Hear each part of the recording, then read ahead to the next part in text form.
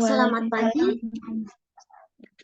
Selamat pagi, salam sejahtera bagi kita semua. Sebelumnya, saya ingin berterima kasih kepada semuanya yang telah menyempatkan waktunya untuk mendengarkan dan menyimak presentasi kelompok 5. Perkenalkan, kami dari kelompok 5 ada Putri Dewi Tantiningrum, kemudian Rizkia Angkin Pertiwi, dan saya sendiri, Rosa Audina Syahrini. Izinkan saya dan teman-teman dari kelompok 5 untuk memaparkan presentasi kami pada hari ini dengan judul Prinsip Efisiensi dan Contoh Implementasi dalam Pembelajaran, merumuskan prinsip relevansi kurikulum di salah satu sekolah. Oke.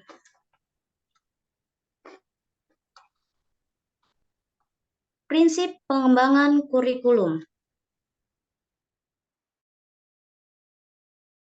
Kurikulum terbagi menjadi 5 prinsip relevansi, yang kedua prinsip fleksibilitas, yang ketiga prinsip efektif, dan yang kelima prinsip efisien. Oke.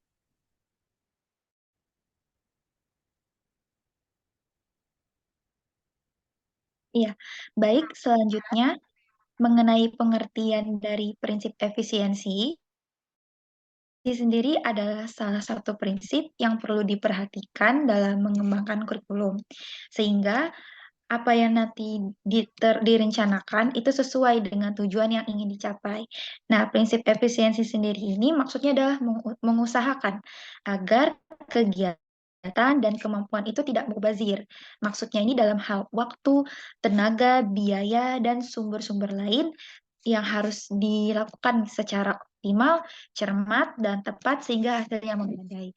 Jadi maksudnya dalam biaya di sini adalah harus digunakan gitu secara efisien untuk mendukung pelaksanaan pembelajaran. Kemudian waktu yang tersedia bagi peserta didik untuk belajar di sekolah ini juga harus dimanfaatkan secara tepat begitu sesuai dengan mata pelajaran dan bahan pelajaran yang diperlukan. Dan untuk keterbatasan misalnya fasilitas ruangan gitu atau peralatan ini juga harus digunakan secara tepat gitu untuk peserta didik dalam rangka pembelajaran sehingga itu dapat efektif dan mencapai keberhasilan bagi peserta didik. Selanjutnya ini terkait tujuan dari prinsip efisiensi. Nah, tujuan utama dari prinsip efisiensi ini yakni untuk meningkatkan kemampuan siswa serta mencetak lulusan yang terbaik.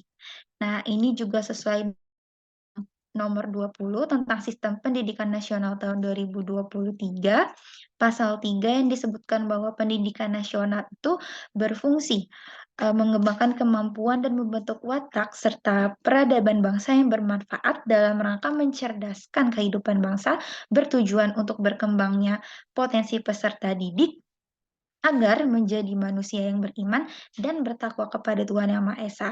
Kemudian berakhlak mulia, sehat, berilmu, cakap, kreatif, mandiri, dan menjadi warga negara yang demokratis, serta bertanggung jawab. Begitu. Baik, selanjutnya.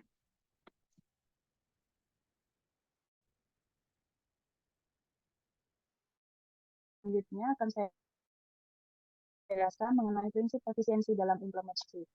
Tahap-tahap implementasi kurikulum, yaitu implementasi prinsip efisiensi dalam pembelajaran, mencakup 3 tahap pokok, yaitu yang pertama pengembangan program, kemudian pelaksanaan pembelajaran, dan yang terakhir adalah evaluasi.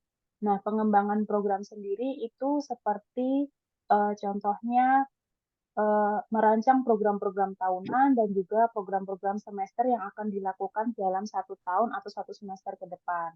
Kemudian untuk pelaksanaan pelajaran itu terkait dengan penyampaian materi yang fokus pada tujuan inti yang ingin dicapai penggunaan media pembelajaran yang sesuai dan kreatif sehingga membuat siswa tertarik mengikuti pembelajaran tersebut melalui berbagai media, baik melalui video, poster, gambar, penjelasan, dan lain sebagainya.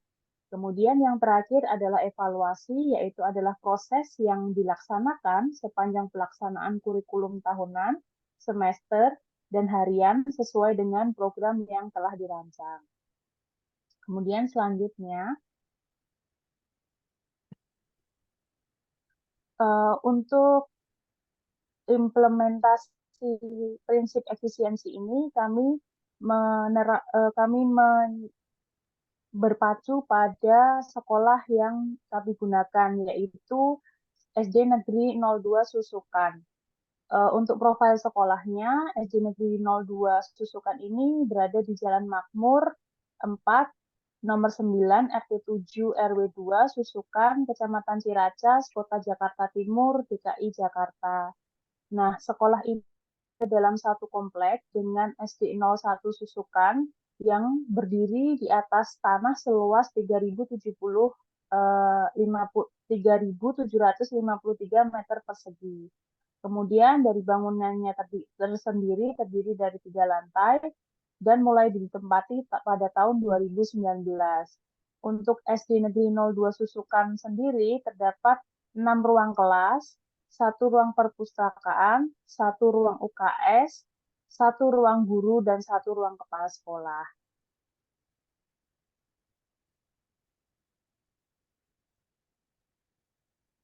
Baik, selanjutnya saya akan melanjutkan penjelasan dari implementasi pada SDN Susukan 02 Pagi.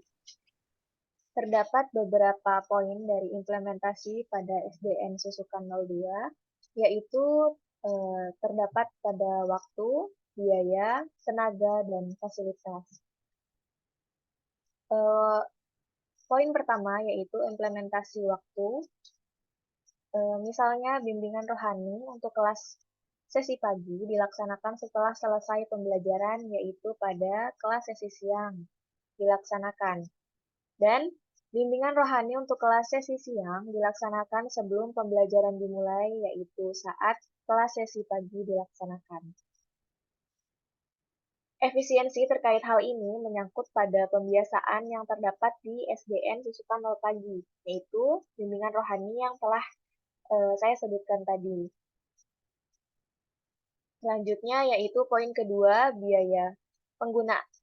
Contoh dari implementasi pada poin biaya ini yaitu penggunaan proyektor di dalam kelas untuk kegiatan ulangan agar menghemat mencetak dan penggunaan kertas. Selanjutnya, tenaga. Efisien dalam hal ini menyangkut bahwa setiap guru mendapatkan tugas utama dan tugas tambahan. Misalnya, guru kelas 5A mendapatkan tugas tambahan sebagai koordinator FLS 2N. Selanjutnya, yaitu implementasi pada poin fasilitas. Satu ruang kelas yang digunakan untuk 2 kelas, yaitu sesi pagi digunakan untuk kelas bawah dan sesi siang untuk kelas atas.